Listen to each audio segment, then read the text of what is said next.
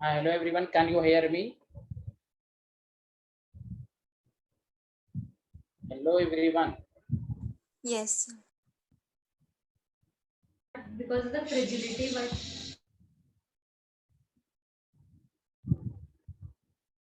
कुमार आयुष, ये 12th की class है, आप 11th में, आप प्लीज चले जाएं। कुमार आयुष,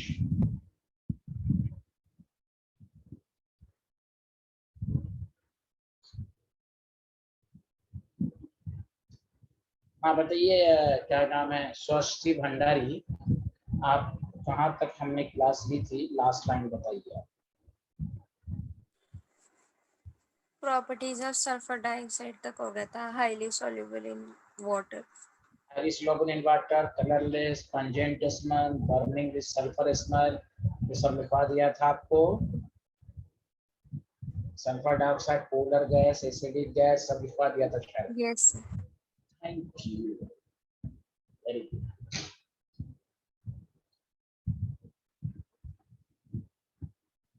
देखिए सारे लोग और से सुनिए, उसी में प्रॉपर्टीज में ही लिखेगा, क्योंकि ये रिड्यूसिंग, आपको मालूम है सल्फर डाइऑक्साइड जो होता है behaves as reducing agent.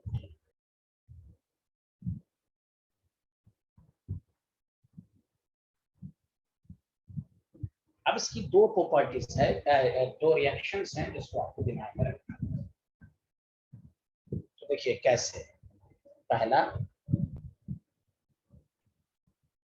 It reduces it reduces, जैसे मैं हमेशा आपको सिखाया है, कोई ऑक्सीडाइजिंग एजेंट अगर होगा तो फेरस को फेरिक में कन्वर्ट करेगा, लेकिन चूंकि रिड्यूसिंग एजेंट है तो उल्टा होगा, it reduces ferric to ferrous. याद रहेगा? अरे बोलिए हेलो।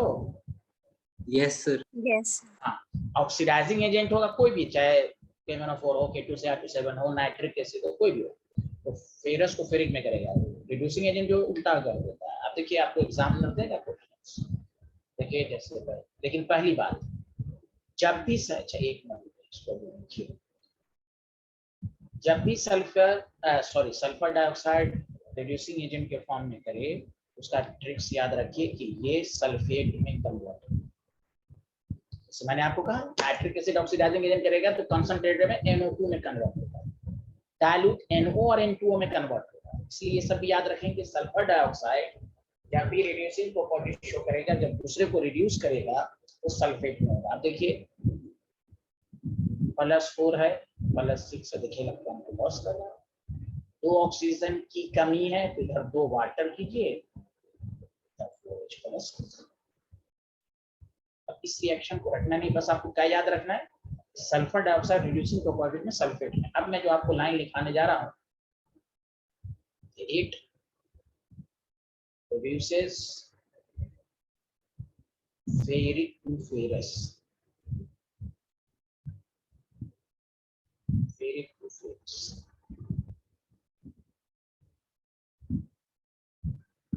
Fe, आपको एग्जामिनर दे देगा SO2 है,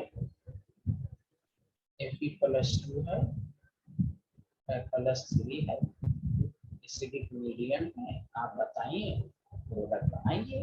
देखिए आपके एग्जाम में क्या करना है, सल्फर डाइऑक्साइड है, फेरिक है आपके पास, सल्फर डाइऑक्साइड देमसेल्फ किसमें ऑक्सीडाइज होगा, सल्फेट में। इस तरह याद रखना है, फेरिक जो होगा वो फेरस में होगा। अब फिर वही बात, यहाँ का जो N फैक्टर है 4 से 6 2 है, यहाँ का जो N फैक्टर है वो 1 है, इसकी टोपी उसके सर है, 2 से इसको मल्टीप्लाइड कर देंगे, 2 ऑक्सीजन की कमी है, 2 वाटर ऐड करेंगे, 4H+ करेंगे। Did you understand everyone? क्या? अरे बोले hello. Yes sir. Yes sir. Yes, ये स्लाइड देखें।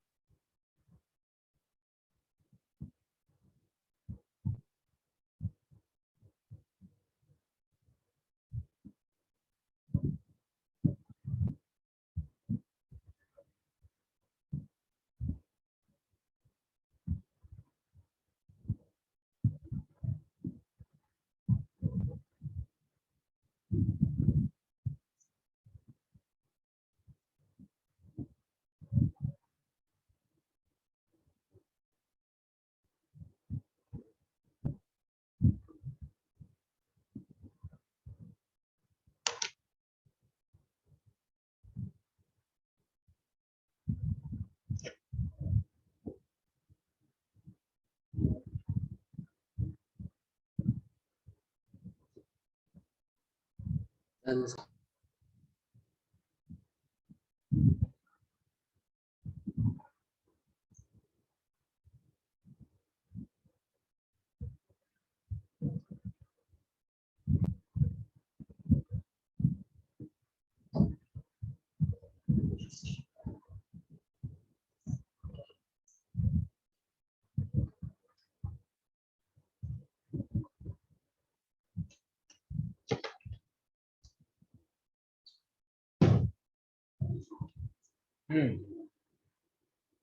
इसलिए साइंटिस्ट लोग बताइए।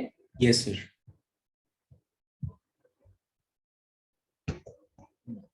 देखिए, it decolorizes the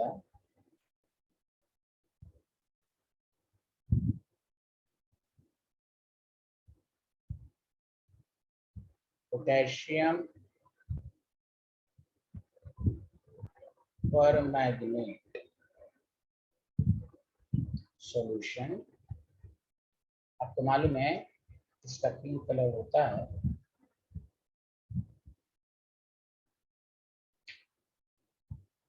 Decolorizes the potassium permanganate solution Mn+2। अब ये याद रखें। देखिए, सल्फर डाइऑक्साइड है, आपको एग्जामिनर दे देता पोटेशियम परमैंगनेट आयन है। इस वजह से आपको तय करके बताओ, कन्वर्ट करो।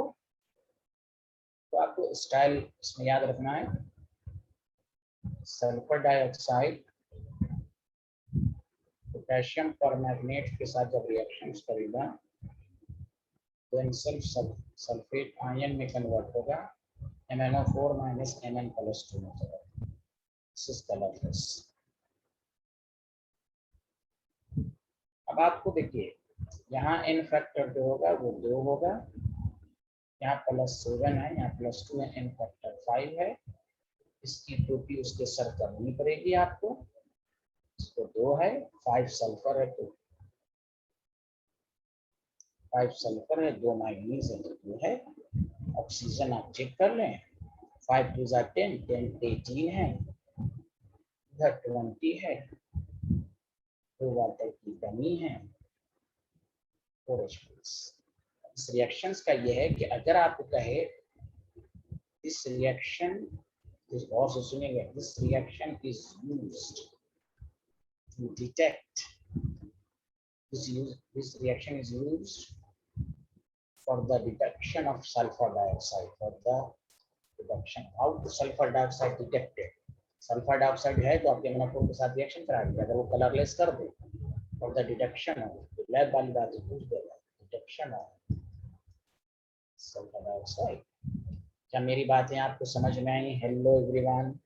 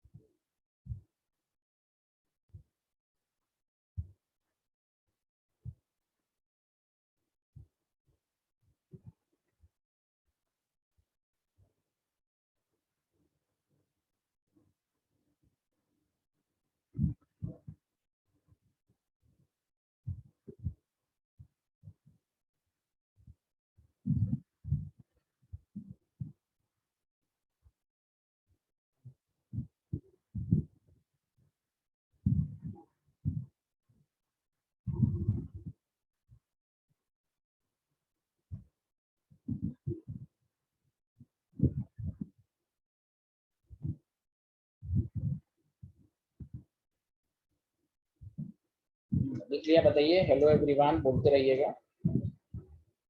Yes. Yes. Thank you.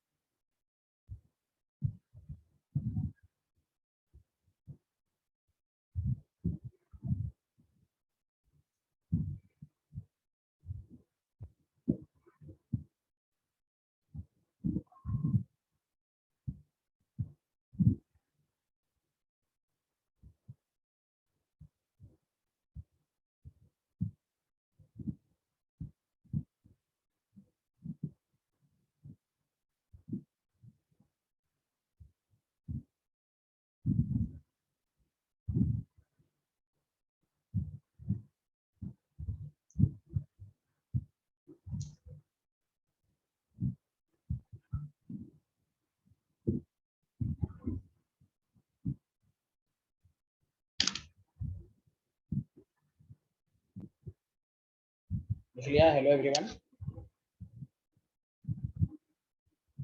Yes, sir.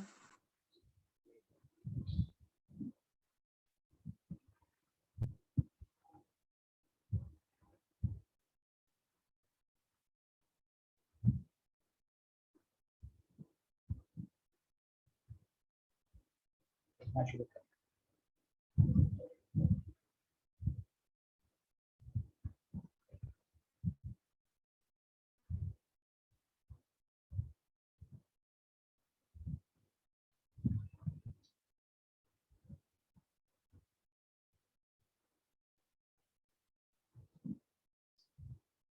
Form sulfuric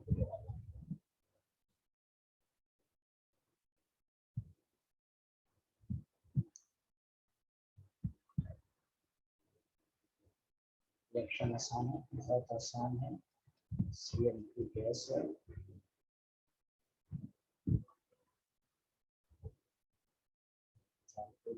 इसका काम करता है, दोनों को मिला दीजिए, this is called sulphuric chloride. अब बताइए क्लोरीन को एब्सॉर्ब कर रहा है कि नहीं, जल्दी बताइए आप, ना जाना। क्लोरीन को एब्सॉर्ब कर रहा है, Yes, sir. इसलिए इसका बहुत इंपॉर्टेंट यूज है जो मैं अभी आपको दिखाऊंगा। इस अभी लिखिए, बस मैं बोलूंगा अभी। तो कहते हैं आपको इनऑर्गेनिक में याद रखें, एंटी क्लोर सब्सटेंस। आपको वही मैंने कहा पंजेंट टेंस में, इससे पहले अमोनिया गैस में बताया है पंजेंट टेंस में act as an anti-color substance. CN2 oxidizing hydrogen oxidizing उसको एब्जॉर्ब कर लेगा। ये अभी लिखना नहीं है, ये मैं यूज में लिखवाऊंगा। जिस रिएक्शन की वजह से ये एंटी क्लोर सब्सटेंस कहलाता है। बोलिए आया समझ में? Hello everyone. Yes, sir. Yes.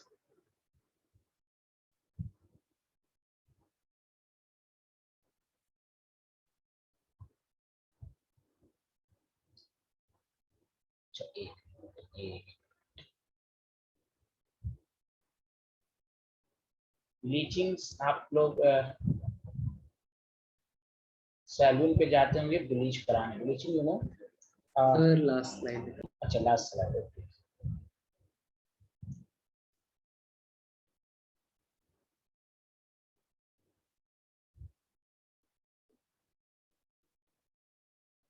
Yes, sir.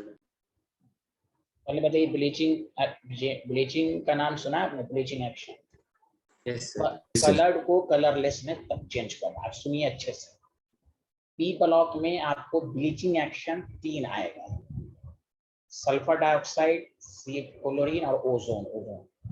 देखिए केमिस्ट्री में ब्लीचिंग एक्शंस का रीजन 2 है। The bleaching action of any substance is due to oxidation and reduction. तो ब्लीचिंग का मतलब यही है, देखना नहीं है, कोई भी कलर्ड सब्सटेंस ऑक्सीजन को एब्जॉर्ब करे। कलर्ड का मतलब अनपेयर्ड इलेक्ट्रॉन है, इससे इलेक्ट्रॉन लेकर पेयर्ड होगा, कलरलेस। इसलिए कहा जाता है, गांव देहात में कहा जाता है, तेज धूप में कलर्ड कपड़े को ना रखें, तेज धूप में वो कलरलेस हो जाता है, वो ऑक्सीजन को एब्जॉर्ब करता है ऐसे, इसी को कहते हैं कलरलेस सब्सटेंस। सैलून में भी आप जाते हैं स्मार्ट बनने के लिए, उसका रीजन भी यही है, कलरलेस सब्सटेंस।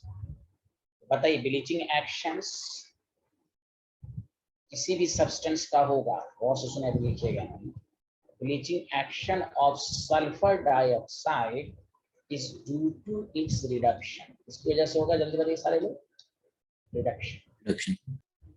क्यों रिडक्शन से क्या होगा? एग्जाम में पूछा जाएगा, why sulphur dioxide act as a bleaching agent. Simple कहेंगे रिडक्शन। तो क्यों? देखिए ये कलर्ड सब्सटेंस को क्या करेगा, ब्लीचिंग जो रिडक्शन होता है ना, जो रिड्यूसिंग एजेंट होता है, वो नेसेंट हाइड्रोजन प्रोवाइड करता है, और oxidizing agent nascent oxygen absorb करके कलरलेस सब्सटेंस में चेंज होगा। एक तो ये रीजन हुआ, तो ये रिडक्शन, ये है ऑक्सीडेशन की वजह से। लेकिन फर्दर क्वेश्चन बहुत इंपॉर्टेंट है, और से सुने, सल्फर डाइऑक्साइड में पंजेंट स्मेल है, क्या कहते हैं इसको, अभी पढ़ेंगे, एंटी क्लोर सब्सटेंस है, और ब्लीचिंग एजेंट भी है। और ब्लीचिंग एजेंट किसकी वजह से है? रिडक्शन की वजह से। लेकिन इसका जो ब्लीचिंग एक्शन जो है वो अनस्टेबल होता है, टेम्पररी होता है, क्योंकि रिड्यूसिंग एजेंट है ना। फिर ये क्या करेगा, कुछ देर के लिए अगर आप कलरलेस कर दिया कि ऐसे ही एटमॉस्फेयर में रख दीजिएगा, तो एटमॉस्फेयर से ऑक्सीजन को लेके फिर ये कन्वर्ट हो जाएगा। इसलिए पूछा भी जाता है the bleaching action of the chlorine is permanent but the bleaching action of the sulphur dioxide is temporary, या उसको कहें अनस्टेबल। परमानेंटली कलरलेस करना है तो ओजोन या क्लोरीन लीजिए, जो ऑक्सीडेशन की वजह से होता है। लेकिन चूंकि सल्फर डाइऑक्साइड रिड्यूसिंग एजेंट भी है और ऑक्सीडाइजिंग एजेंट भी है, कल की क्लास में मेन बिहेवियर रिड्यूसिंग एजेंट का होता है, लेकिन इंटरमीडिएट ऑक्सीडेशन स्टेट की वजह से दोनों है। इसीलिए ये बिहारी जो है इसका ब्लीचिंग एक्शन परमानेंट नहीं है। Chlorine always act as oxidizing agent, ozone always act as oxidizing agent. उसका ब्लीचिंग एक्शन परमानेंट भी है और स्टेबल भी है। फूड आइटम को कलरलेस करना हो, कपड़े को वूल इंडस्ट्री में करना हो, तो मेन जो इस्तेमाल होता है वो क्लोरीन वगैरह सबका होता है। मेरी बात सबको समझ में? यहाँ आना जल्दी बताएं। Hello everyone. Yes sir. हाँ, इसको लिखें, लिख लिया होगा शायद। Yes sir. Yes sir. Conclusion,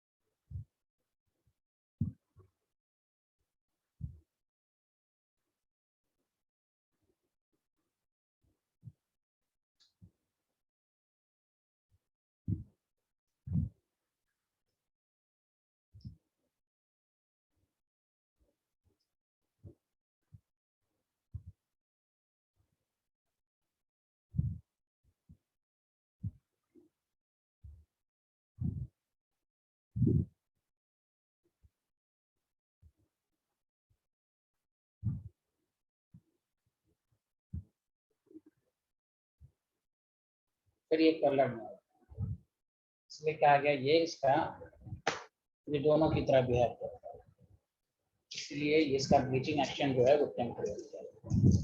आ रहा है ना समझ में? क्लोरीन में क्लोरीन का लिखाएंगे आपको,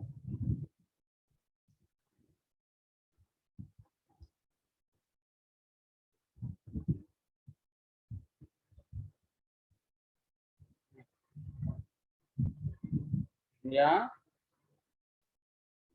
यस सर।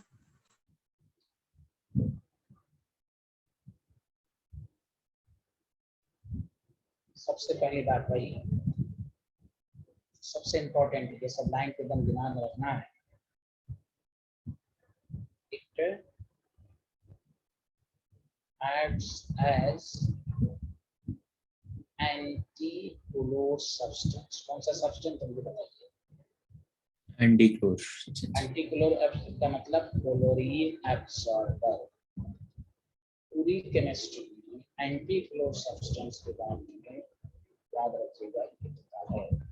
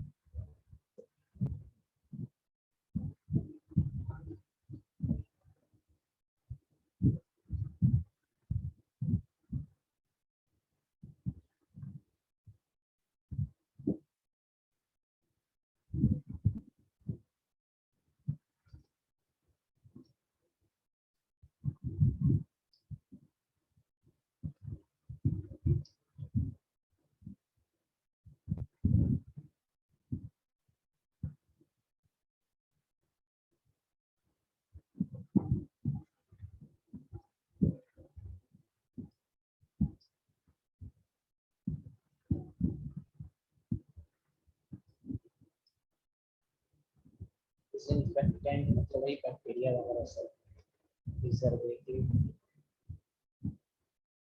सब नाम है।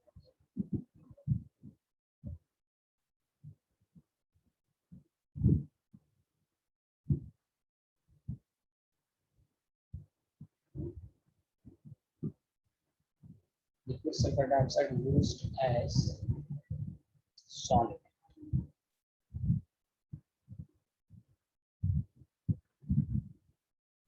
Inorganic and inorganic.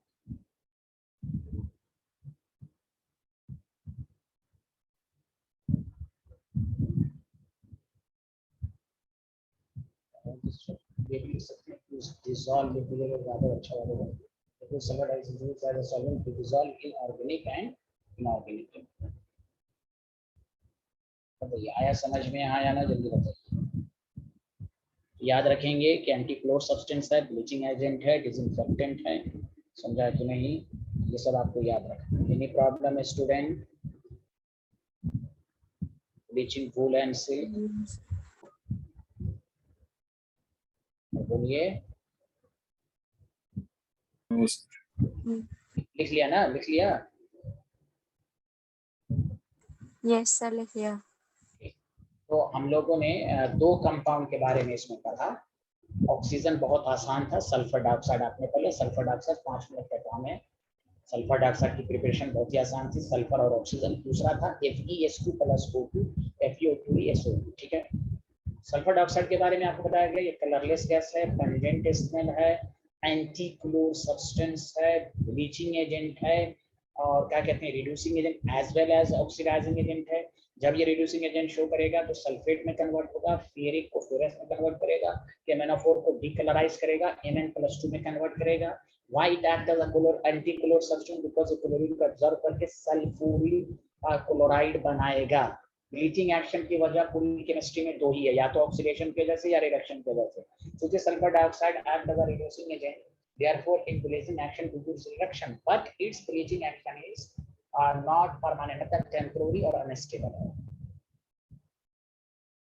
इसका यूज कहाँ होता है बताइए? Bleaching, in bleaching wool and silk, disinfectant होता है, प्रिजर्वेटिव होता है, और क्या कहते हैं, ऑर्गेनिक सॉल्वेंट की तरह लिक्विड SO2 का इस्तेमाल सॉल्वेंट के काम में होता है। 5 मिनट में याद हो गया? बोलिए ना। हेलो। Yes sir. यस, ये तो आपको मैं तो केमिकल बॉन्ड में पढ़ा चुका हूँ। सल्फर डाइऑक्साइड का स्ट्रक्चर एक कोऑर्डिनेट बॉन्ड, समझा, ये रेजोनेंस शो करता है। तो हो सकता है अच्छा एग्जामिनर ये क्वेश्चन पूछे कि बताइए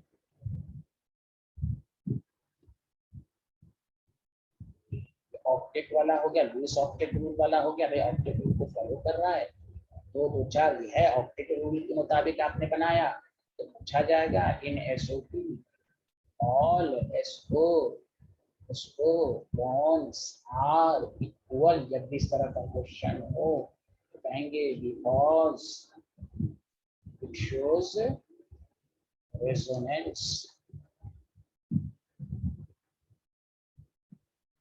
and it is resonance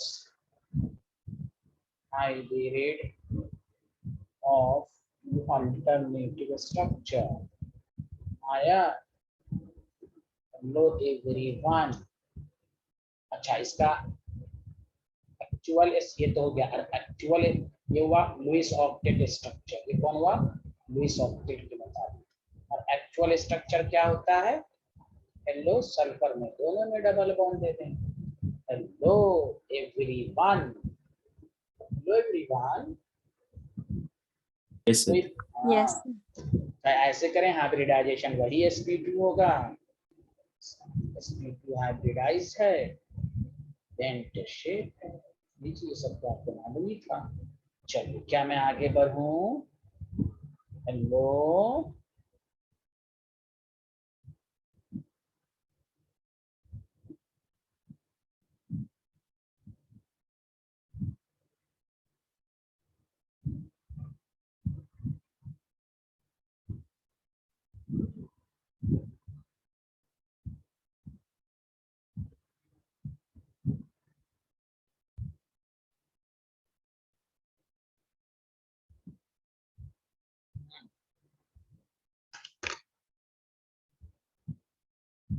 बोलिए। सल्फर डाइऑक्साइड प्रिजर्वेटिव है, डिसइंफेक्टेंट में काम आता है, एंटी क्लोर सब्सटेंस है, ब्लीचिंग एक्शन है, कलरलेस है, पंजेंट स्मेल है, पोलर गैस है, एसिडिक गैस है। दो रिएक्शन आपने पढ़ा, कैसे याद रखना वो भी बता दिया। अरे बोलिए, आगे बढ़ें। Hello everyone. Yes, sir. Yes, sir. Yes. Yes, sir.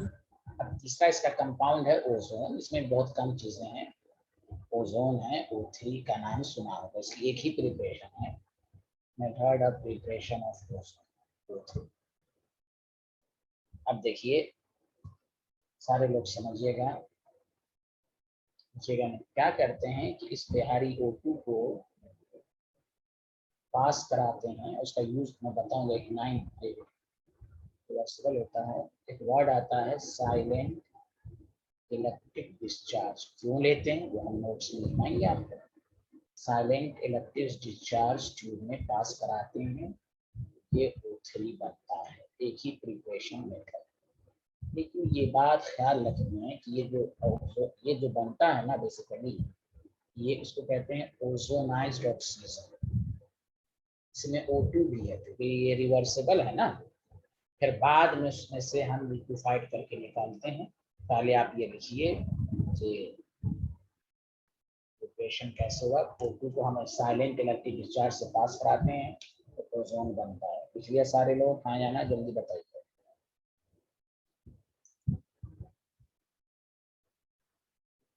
आपसे सिर्फ पूछेगा साइलेंट इलेक्ट्रिक डिस्चार्ज क्यों इस्तेमाल किया। अच्छा बताइए, O2 की भी बॉन्ड डिसोसिएशन एनर्जी बहुत ज्यादा है कि नहीं, जल्दी बताइए। अरे स्वस्ति, मानस, यशवर्धन, आसिया, Yes, sir. O2 की बॉन्ड डिसोसिएशन एनर्जी ज्यादा है। और आप 11th में पढ़ चुके हैं साइलेंट इलेक्ट्रिक डिस्चार्ज का, तो उसमें वोल्टेज बहुत ज्यादा है। वो energy provide silent electric discharge is used to provide energy for the conversion। Oxygen को रूम टेम्परेचर पर आप कन्वर्ट कर ही नहीं सकते। साइलेंट इलेक्ट्रिक डिस्चार्ज इस तरह इस्तेमाल करके तो ब्रेक भी करेगा, यानी वही है कि कन्वर्ट करने की। समझ में बात आ रही है कि नहीं। Provides high energy. अरे बोलिए ना, silent discharge means high energy required, high energy required for the conversion, for the बोलिए conversion। Okay student, Yes, sir. silent electric discharge means high energy required for the conversion। इसीलिए इसका delta H जो होता है ना, positive में आएगा। हाँ अच्छा बताओ, इंट्रोपी क्या हो रहा है। इंट्रोपी निगेटिव में आएगा। क्यों, number of moles of gas घट रहे हैं। पूछ देगा, जमीन तारे पर है, तारे जमीन पर हैं। बोलिए ना, हेलो। Yes, sir. मत बोलिए भाई, आप लोग बोलते ही नहीं है। आगे बढ़ें। Yes, sir. अब सुनिए, ओजोन प्योर ओजोन के फॉर्म में नहीं मिलता है, ओजोनाइज्ड ऑक्सीजन। मैं बता रहा हूँ आपको।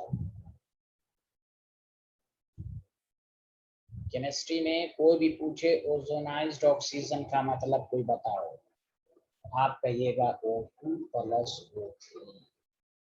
यस, इसमें O2 जो है वो 90% है, ओनली 10% है। फिर इस मिक्सचर से अनदर मेथड अप्लाई करके हम ओजोन निकालते हैं। समझा कि नहीं। तो ये जो अभी जो बचती इक्विलिब्रियम है, इक्विलिब्रियम मिक्सचर पर 100% नहीं होता है कोई चीज, और इसको बनाने का मेथड ही यही है।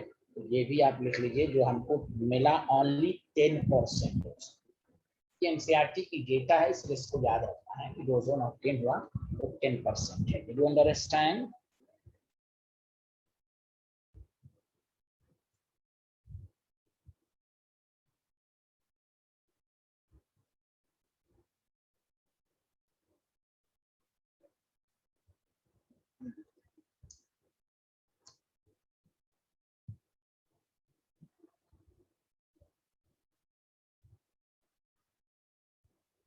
इसलिए आप बताइए।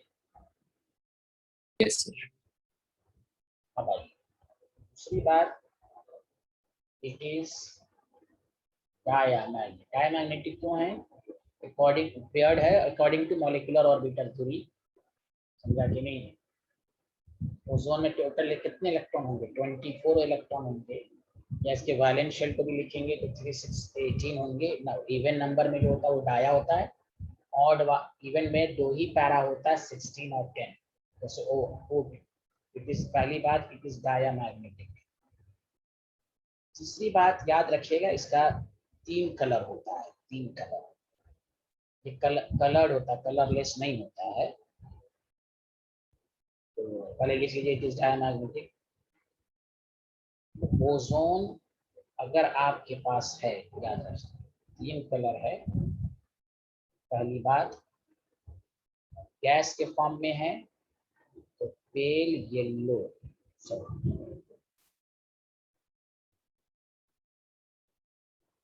Yellow gas. गैसेस फॉर्म में ये हल्का क्या होगा? पीला होगा, येलो। बोलिए ना सारे लोग।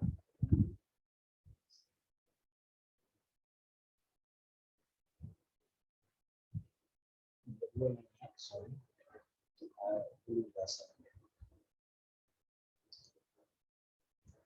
इसलिए सारे लोग हाँ या ना जल्दी बताएं। उसके बाद डार्क ब्लू लिक्विड, लिक्विड में ये डार्क ब्लू होता है। जैसे जैसे जैसे कलर की इंटेंसिटी बढ़ रही है, सॉलिड में क्या होता है? ये एकदम ब्लैक हो जाता है, violet black, violet black solid. कहते how many colour of ozone? तीनों फिजिकल स्टेट में अलग अलग कलर होता है। क्लियर है? हाँ या ना जल्दी बताएं। Yes. पेल ब्लू गैस, इस पर क्वेश्चन मैं करवाऊंगा, उसमें ये काम आएगा। Pale blue gas, dark blue liquid, violet black solid. आगे बढ़ें, जल्दी बताइए सारे लोग।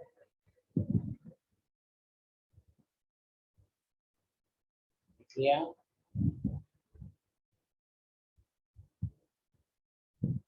Yes, sir. Very good, very good. अब सुनिए सबसे important line, it acts as a strong oxidizing agent.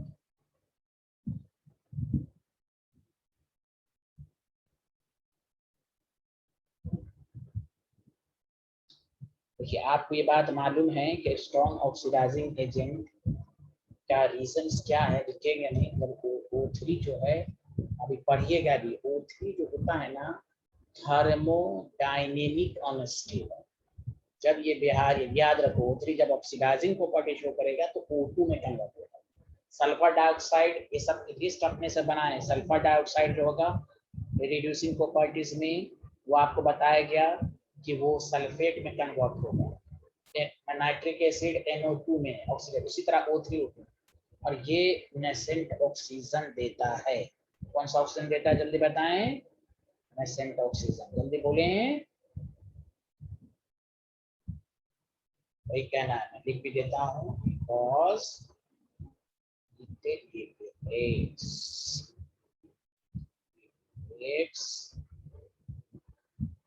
Atomic oxygen.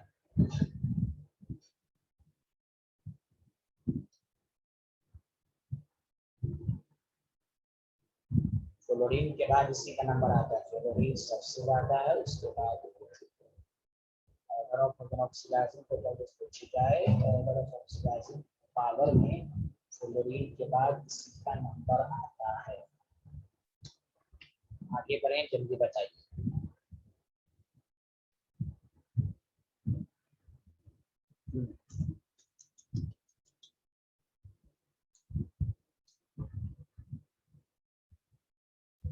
बोलिए।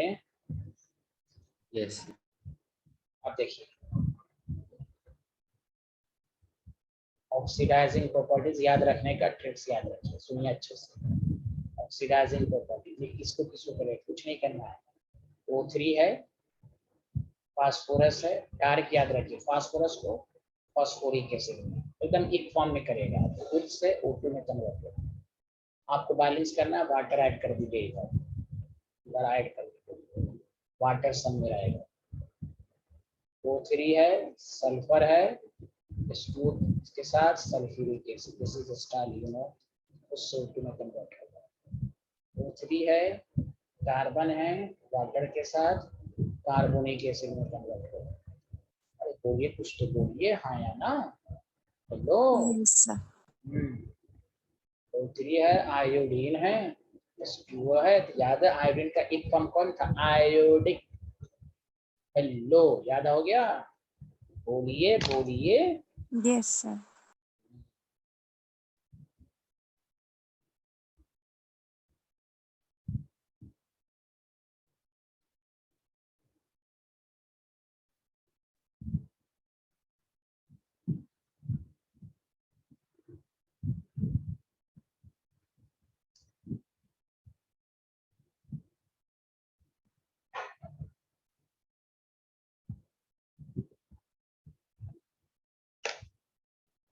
क्या तो बताइएगा।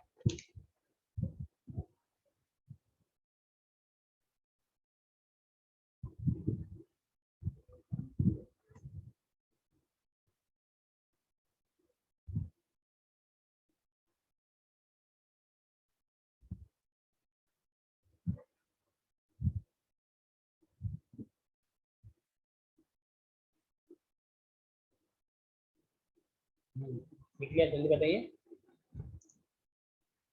Yes, sir. Yes, sir. अब सुनिए। उसके बाद क्या? हाँ, ये लिख लीजिए जल्दी से,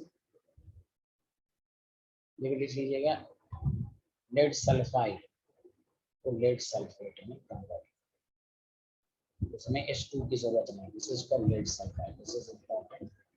लेड सल्फाइड को लेड सल्फेट में convert।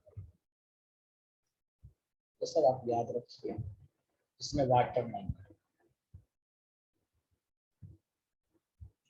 लेड सल्फाइड को लेड सल्फेट। अब आइए जो सबसे इम्पोर्टेंट है,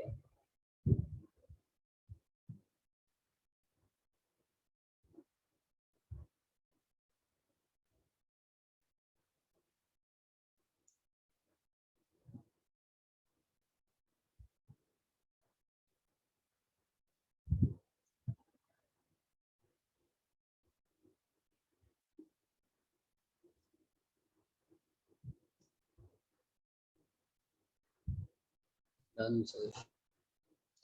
आप सुनिए। मैं ये टॉपिक डाल रहा हूँ, जैसे आप, एक होता है, जैसे मैंने इलेक्ट्रोकेमिस्ट्री में बताया था, एक होता है क्वालिटेटिव एनालिसिस।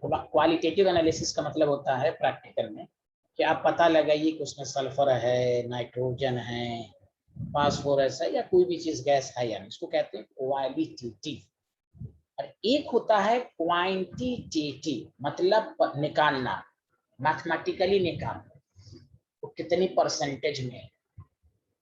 क्या मेरी बातें सबको समझ में आई? एक होता है क्वालिटेटिव, सिर्फ बताना है या नहीं, और एक होता है क्वांटिटेटिव, है तो कितनी परसेंटेज में। Do you understand? Hello. Yes, sir. Estimation, हाँ, मैं टॉपिक ही डाल रहा हूँ कि चूंकि मिसलेनियस है। एस्टिमेशन ऑफ ओजोन क्वांटिटेटिवली, हम परसेंटेज के फॉर्म में कैसे निकालें। लिखिएगा नहीं, पहले समझिए अच्छे से, लिखना नहीं है। ऐसे ही पहले O3 जब होता है, आयोडाइड आयन, आयोडीन है तो आयोडिक है, और अगर आयन है, हैलाइड आयन है, तो समझ लो I2 में कन्वर्ट करेगा, देमसेल्फ O2 में चला जाएगा।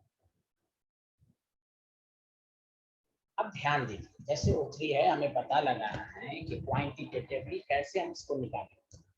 और ये जो आयोडीन लिबरेट हुआ ना, तो लैब में क्या करते हैं, आयोडीन जो लिबरेट हुआ उसको रिएक्शन हम standard solution of sodium thiosulphate, standard का मतलब होता है जब आप टाइट्रेशन करते हैं, this iodine liberated is titrated against standard solution of sodium thiosulphate. वो कंसंट्रेशन स्टैंडर्ड का मतलब जिसकी कंसंट्रेशन नोन हो, आप लैब में जाइएगा, उसके बॉटल पर लिखा रहता है नॉर्मलिटी या मोलारिटी के फॉर्म में। अब हम इसका वही N1V1 is equal to N2V2 से करके, अब I2 ये नोन है तो नोन से वॉल्यूम है, अब इस दोनों को इक्वेट करके हम निकाल लेते हैं I2 की कंसंट्रेशन। यहाँ देखिए तो सर I2 से तो थोड़ी ना मतलब है, हमें तो ओजोन से मतलब है। हाँ अभी मैं बताऊंगा आपको, देखिए तो पहली बात यही कि यही I2 क्या करता है, हम लिखना नहीं है, सोडियम थायोसल्फेट के साथ ये NO2SO4O6 प्लस Na। अब बताइए सारे लोग बताइए, हम इसको इक्वेट करके मुझे I2 की कंसंट्रेशन मालूम हो जाएगी, जल्दी बताइए। Yes. Yes, sir. हाँ I2 की कंसंट्रेशन मालूम हो जाएगी, वेरी गुड। कंसंट्रेशन का सब वॉल्यूम दिया रहता है, अब जब लैब में करते हैं टाइट्रेशन से, तो जब मोल निकल जाएगा तो देखिए I2 का मोल निकल गया तो केमिकल रिएक्शन के जरिए ओजोन का भी मोल मालूम हो जाएगा कि नहीं, जितना यहाँ कोफिशिएंट है उतना यहाँ होगा कि नहीं, जल्दी बोलिए हाँ या ना। Hello, Yes, sir.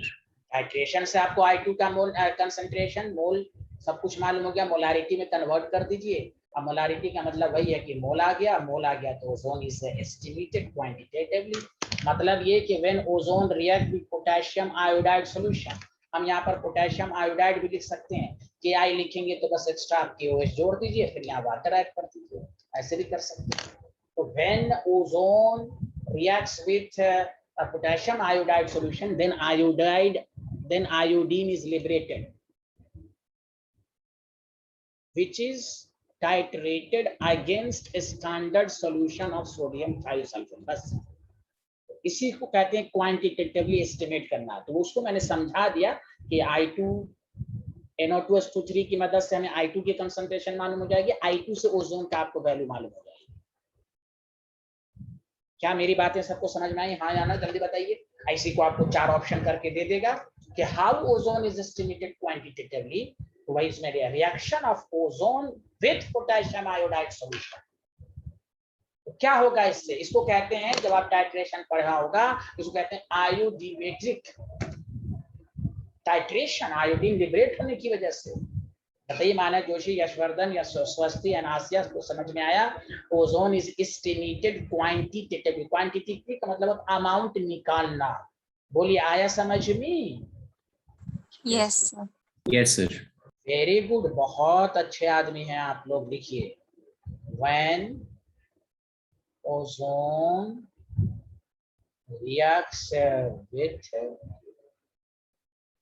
KI solution, then iodine is liberated।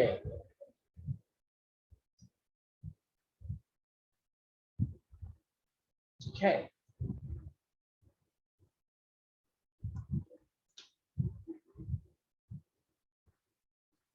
लिया, बताइए। which can be titrated against standard solution of, अच्छा बताइए सारे लोग मिलकर बोले स्टैंडर्ड सॉल्यूशन का क्या मतलब होता है, बताइए तीनों स्टूडेंट सारे लोग मिलके, what does mean by the standard solution? O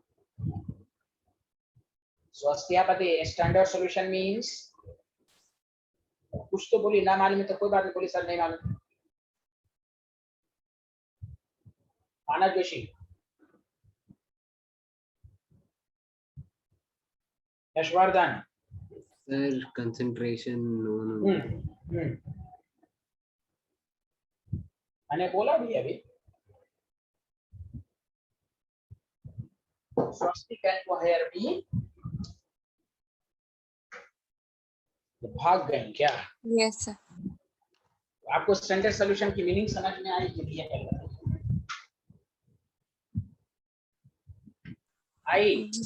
yes sir, जिसकी कंसंट्रेशन कम रहता है। हाँ, नोन हो, ऑलरेडी नोन। मैंने कहा ना लैब में आप जाइएगा, लैब में गई हैं पेंडेमिक में? यस सर, अभी स्कूल स्टार्ट।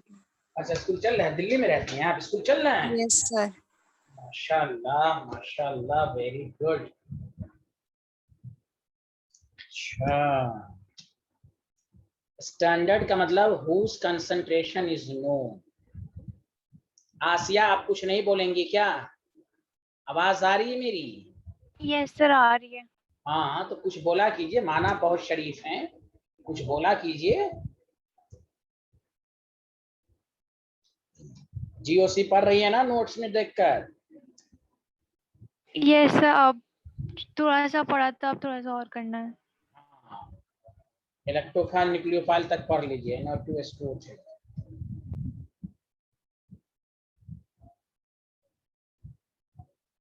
चलिए लिखिए, मैं आपको रिएक्शन लिख के देता हूँ। लिख लिया सारे लोग? हाँ है ना?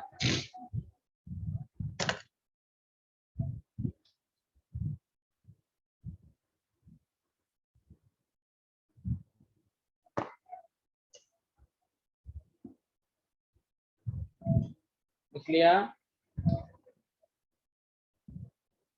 और इस रिएक्शन का 2 एप्लीकेशन है, कोई जरूरी नहीं कि इस फॉर्म में ही, आपको एग्जामिनर दे देगा। लो O3 है और आपके पास H2O है, आप इसका प्रोडक्ट बनाओ। रिएक्शन में कुछ भी दे सकता है।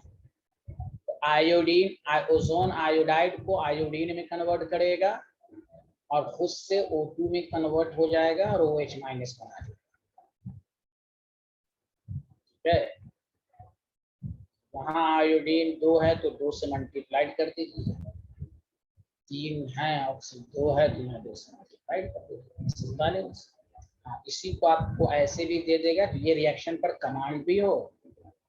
O3 है, पोटेशियम आयोडाइड की जगह 2Ki दे देगा, प्लस H2O है, Ki भी दे दे तो बदला बराबर है, O2 है 2KOH दे देगा।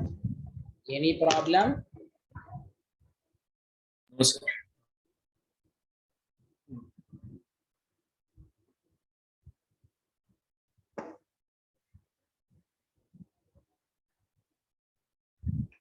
बताइए, आगे बढ़ें।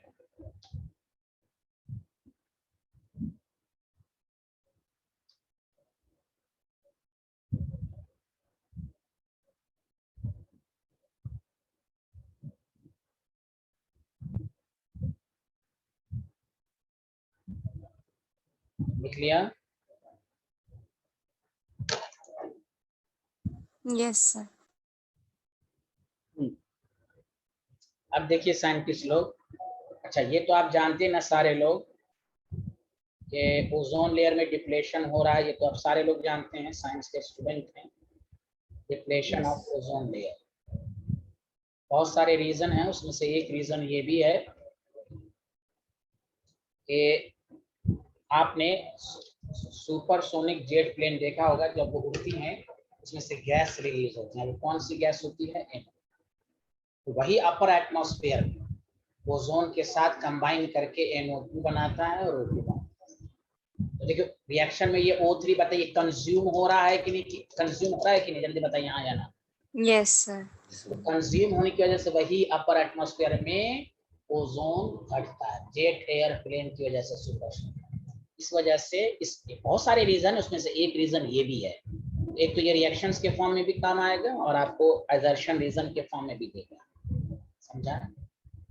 एक वीडियो लेक्चर आपको कल पे भेजा जाएगा, संडे को हुई थी क्लास, कि आपका फेस्टिवल था तो मैंने लेक्चर रिकॉर्ड कर लिया था, क्वेश्चन कराए गए हैं, उसको आप लोग देख लीजिएगा।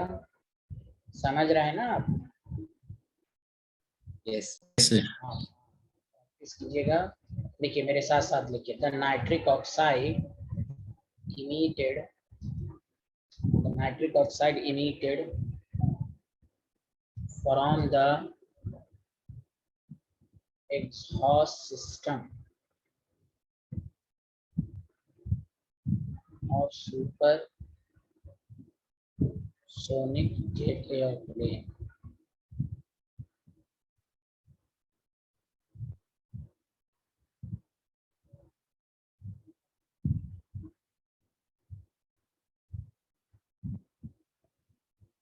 क्या होता है, वो emit होता है, can be slowly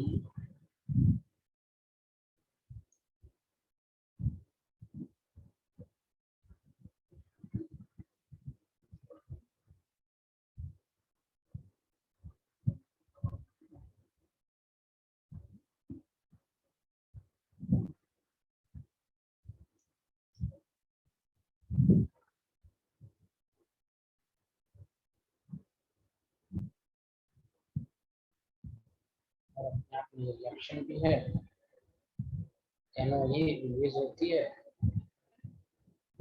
बना एक रीजन ये भी है। बताइए आया समझ में?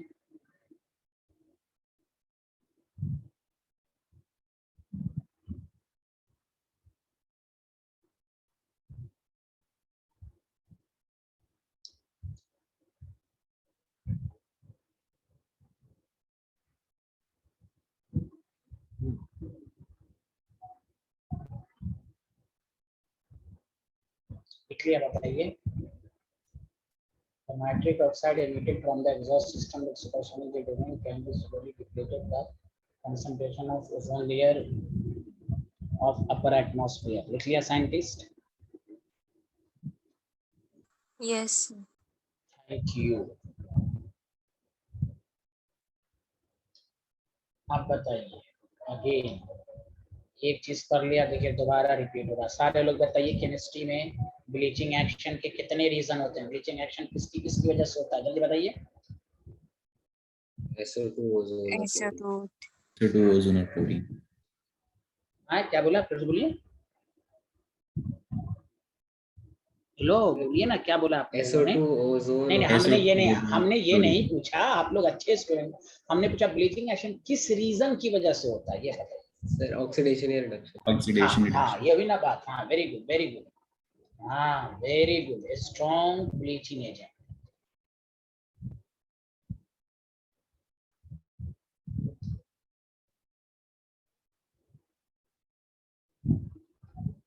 यस, मैं लिख देता हूँ कि मैं सिर्फ इस वजह से लिखता हूँ कि आपकी प्रैक्टिस हो कि ये O2 और O देता है, इसी O2 कलर्ड सब्सटेंस जो है ना वो कर देता है। इन सबको याद रखिए, पेल ब्लू गैस फॉर्म में होता है, ये सब इस तरह का कलर करके दे दिया। तो आपको खुद से पता चलना चाहिए कि कब कौन ब्लीचिंग एजेंट है, तो सबकी प्रॉपर्टीज भी याद रखना है। हाँ बताइए, आसिया को समझ में आ रहा है? Hello everyone. Yes, sir. Thank you thank you.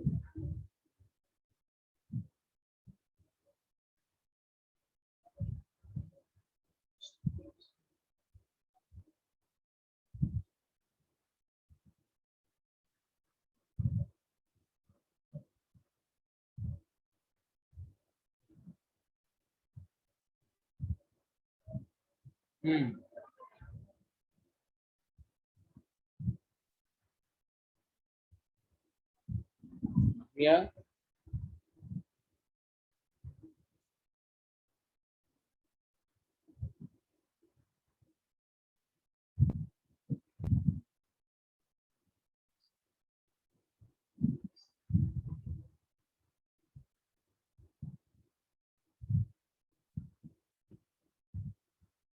लिख लिया? बताइए।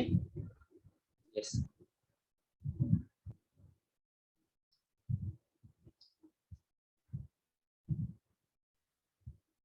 वही गर्मिसाइड के फॉर्म में इस्तेमाल होता है। डिसइंफेक्टेंट में शॉर्ट फॉर्म में लिख रहा हूँ। ब्लीचिंग एजेंट के फॉर्म में इस्तेमाल होता है, छोटे छोटे फॉर्म में आपको। और ऑक्सीडेंट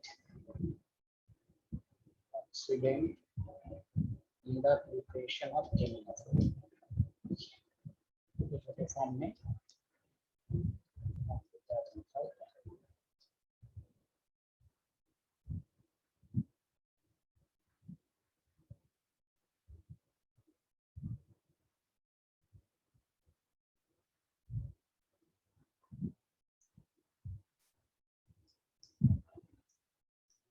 बोलिए।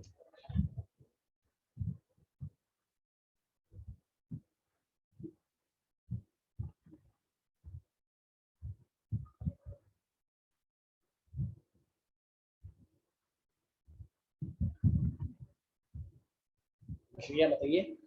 यस एक लास्ट कंपाउंड है, उसमें भी ज्यादा नहीं है, वो है लास्ट है ग्रुप 16 का last, king of chemical sulphuric acid, king of chemical है ये बिहारी। बहुत जल्दी खत्म होगा, जल्दी देखिए H2SO4। अब देखिए मैं एक वाइवा पूछता हूँ, बताइए ऑस्टवाल्ड प्रोसेस से क्या चीज प्रिपरेशन होती है ऑस्टवाल्ड प्रोसेस से? Nitric acid. हाँ, very good. It is prepared by contact process. मैंने कहा था ना इसमें बहुत सारे प्रोसेस का नाम होगा, कांटेक्ट प्रोसेस। अब बहुत आसान है, देखिए स्टेप फर्स्ट, समझा कि नहीं? ऑक्सीडेशन ऑफ सल्फर, सल्फर का ऑक्सीडेशन होगा तो SO2 गैस बनेगा। Step second,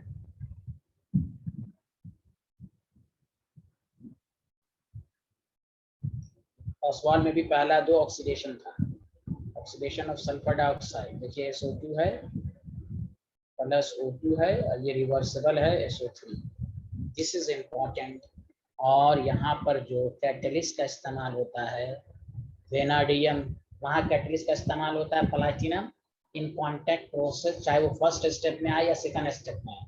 vanadium pentoxide V2O5, याद रहेगा। Hello everyone, Yes, sir. Hello everyone, yes.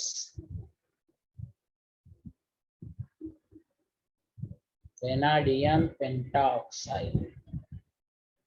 आगे बढ़ें, जल्दी बताइए स्टेप थर्ड।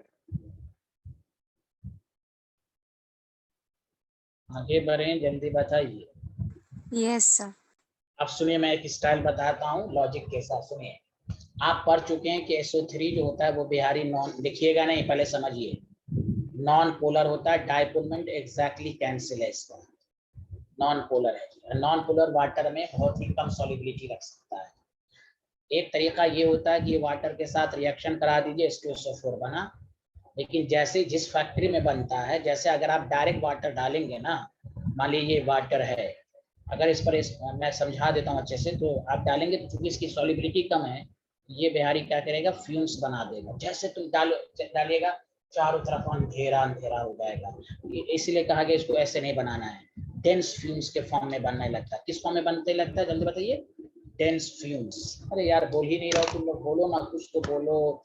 Dense fume. हाँ हाँ, अच्छा हाँ, कोई ऐसे पूछेगा SO3 वाटर रिएक्शन करके क्या बना, तो H2SO4 बनेगा। लेकिन ये H2SO4 के इंडस्ट्रियल प्रिपरेशन नहीं होता। हाँ, रिएक्शन पूछा हाँ, क्या बनता है H2SO4 प्रोडक्ट के फॉर्म में, तो आप लिखेंगे H2SO4।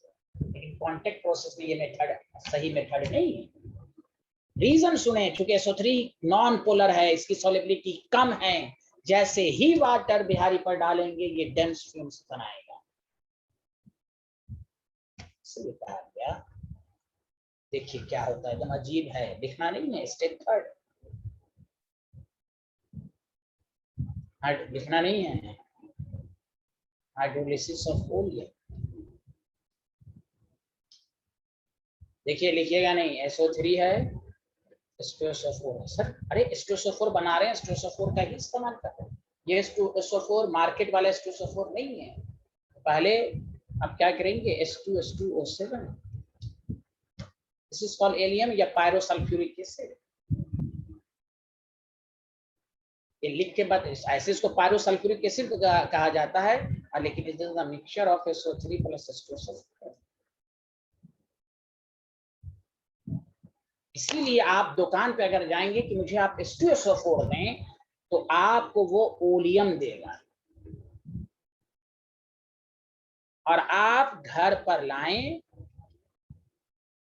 जिस तरह मैगी लाते हैं, मैगी आप लाते हैं घर में, आप उसमें सुटेबल अमाउंट ऑफ वाटर मसाला डाल के मैगी बनाते हैं। हाँ या ना, जल्दी बताइए। वो मैगी बना हुआ तो ना देता है दुकान में, बोलिए हाँ या ना।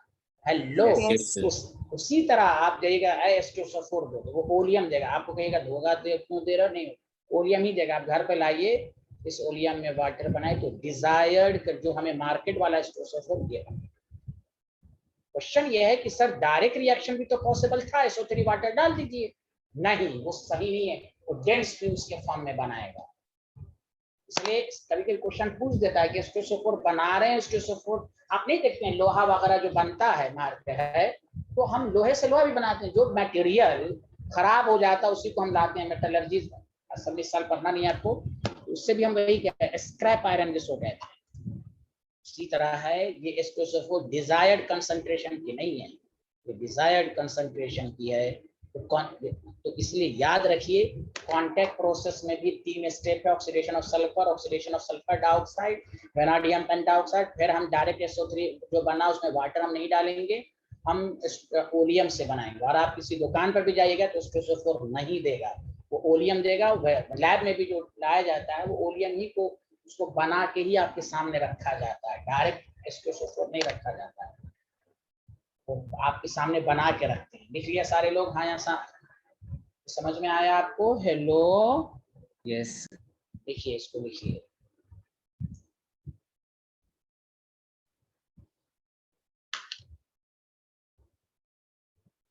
अब आपका ग्रुप 17 होगा।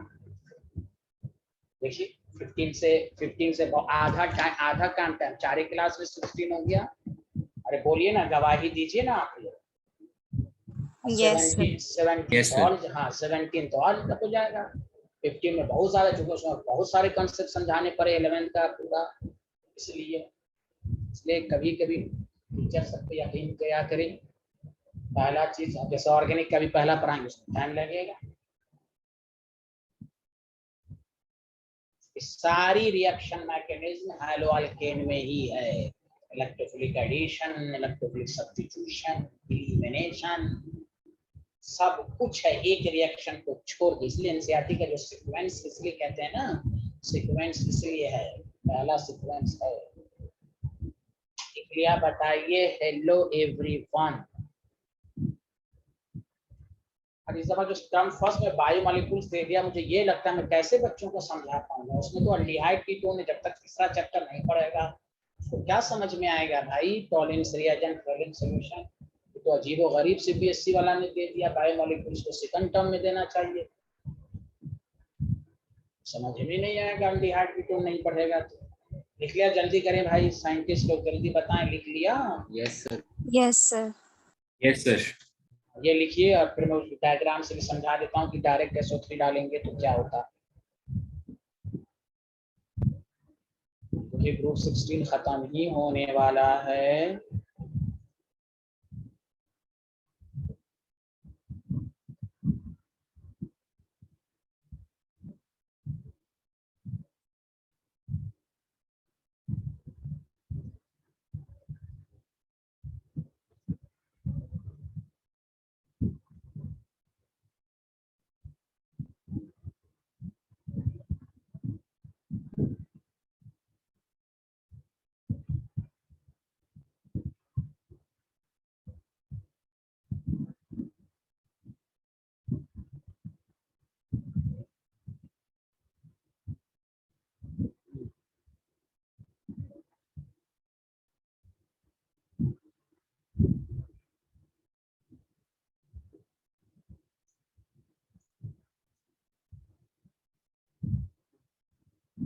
लिख लिया? Yes, sir.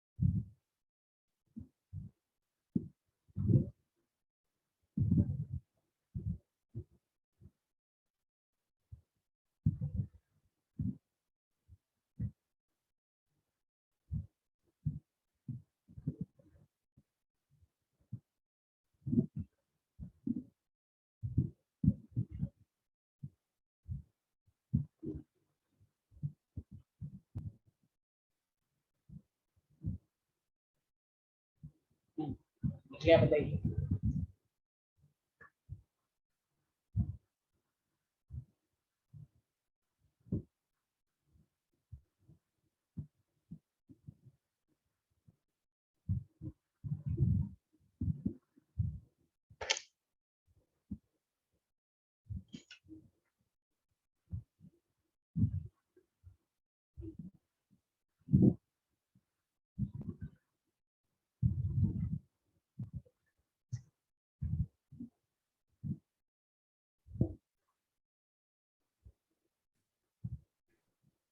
Done, sir.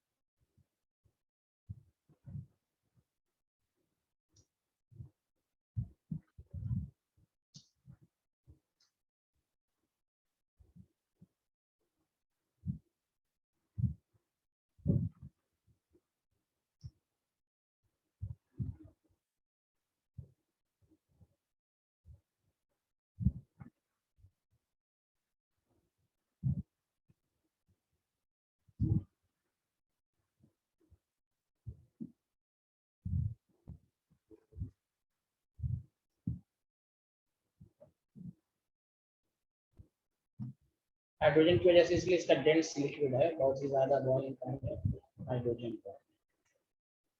तो बताइए।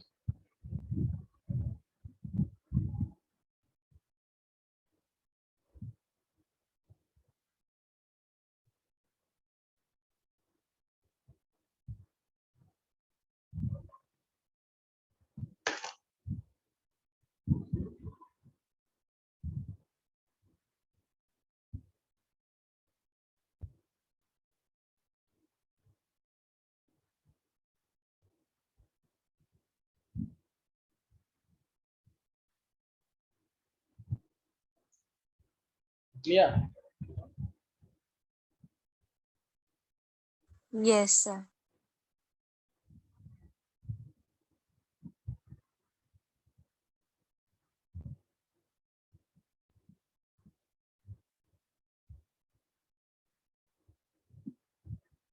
डिवाइड कीजिएगा तो ये हाईली एक्सोथर्मिक होता है। वैसे स्टेशन को बाहर डालिएगा तो हाईली बहुत ज्यादा एनर्जी रिलीज होती है due to hydrogen।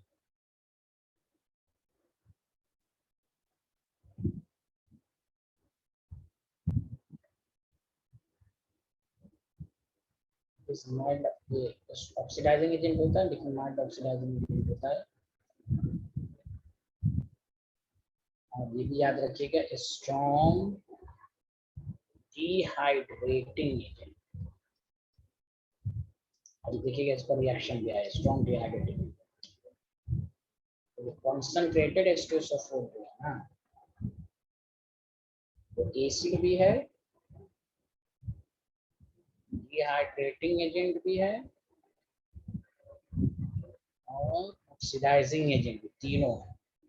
Dilute H2SO4 जो है वो एसिड या ऑक्सीडाइजिंग एजेंट है। यहीं पर लिख लीजिएगा, डाइल्यूट H2SO4 जो है वो दो ही है, एसिड है और ऑक्सीडाइजिंग, और ज्यादा डाइल्यूट के फॉर्म में और वीक होता है। इसलिए जल्दी बताइए। 1 मिनट सर। देखिए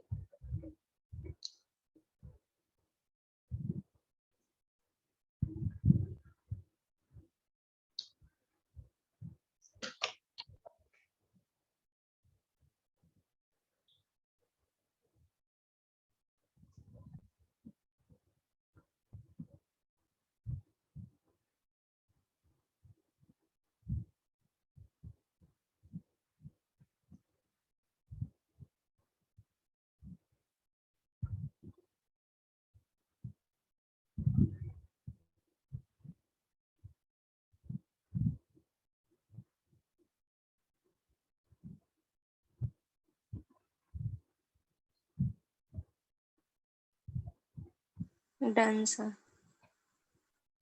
मैम यशवर्धन जी हो गया? Yes, sir.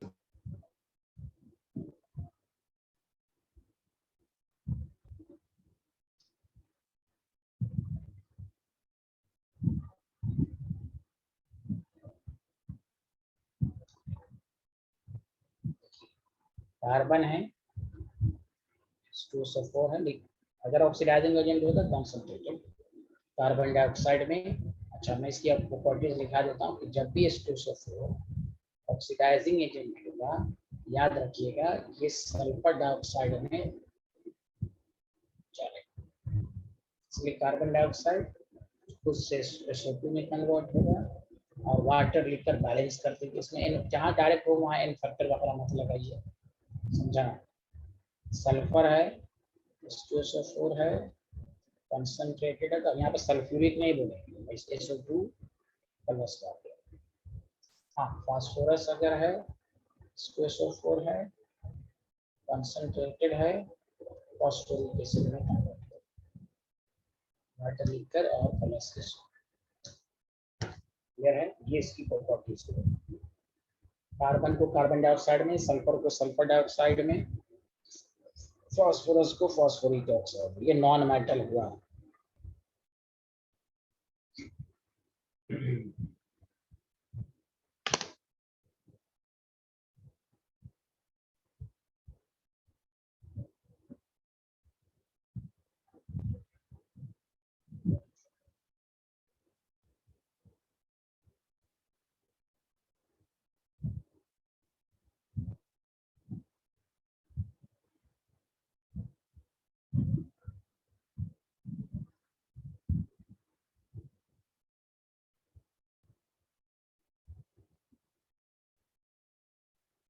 लिख लिया सारे लोग? हाँ या ना बताइए। Yes, sir. Yes, sir. चलिए इतना पढ़ के रखिएगा। नेक्स्ट क्लास में 15-20 मिनट के बाद 17 शुरू हो जाएगा। Okay, bye bye. Sir, हाँ sir, नाइट्रिक एसिड में नाइट्रोजन का ऑक्सीडाइजिंग स्टेट क्या है? क्या है नाइट्रिक एसिड में? नाइट्रोजन का ऑक्सीडाइजिंग स्टेट। इसका क्या पूरा बोलिए ना सही से। Sir oxidization state. Oxidation state बोलिए ना। Yes sir. 5 हुआ ना नाइट्रिक एसिड में।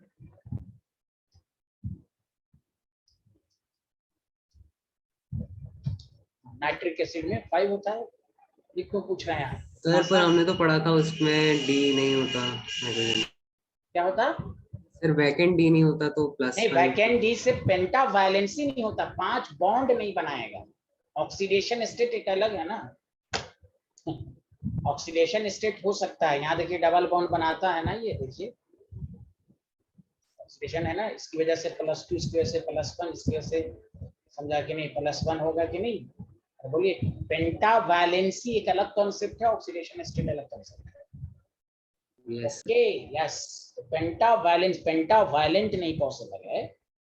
एन जैसे NCl5 है, ये नहीं पॉसिबल है। +5 ऑक्सीडेशन स्टेट तो पॉसिबल है, N2O5 पॉसिबल है। N2O5 में +5 तो पॉसिबल है। यस बॉन्ड, हाँ बॉन्ड एक अलग हुआ ना, बॉन्ड एक अलग हुआ कंसेप्ट। कोई प्रॉब्लम जल्दी बताइए। सर।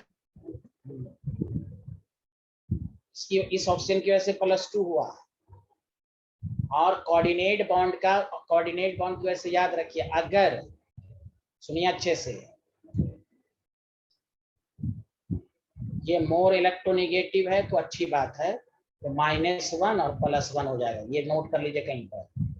और अगर कभी सुना है कि ये आपके पास लेस इलेक्ट्रोनेगेटिव है, लेस इलेक्ट्रोनेगेटिव, हेलो आया समझ में? इसलिए यहाँ इस ऑप्शन की वजह से +1, इस ऑप्शन की वजह से +2।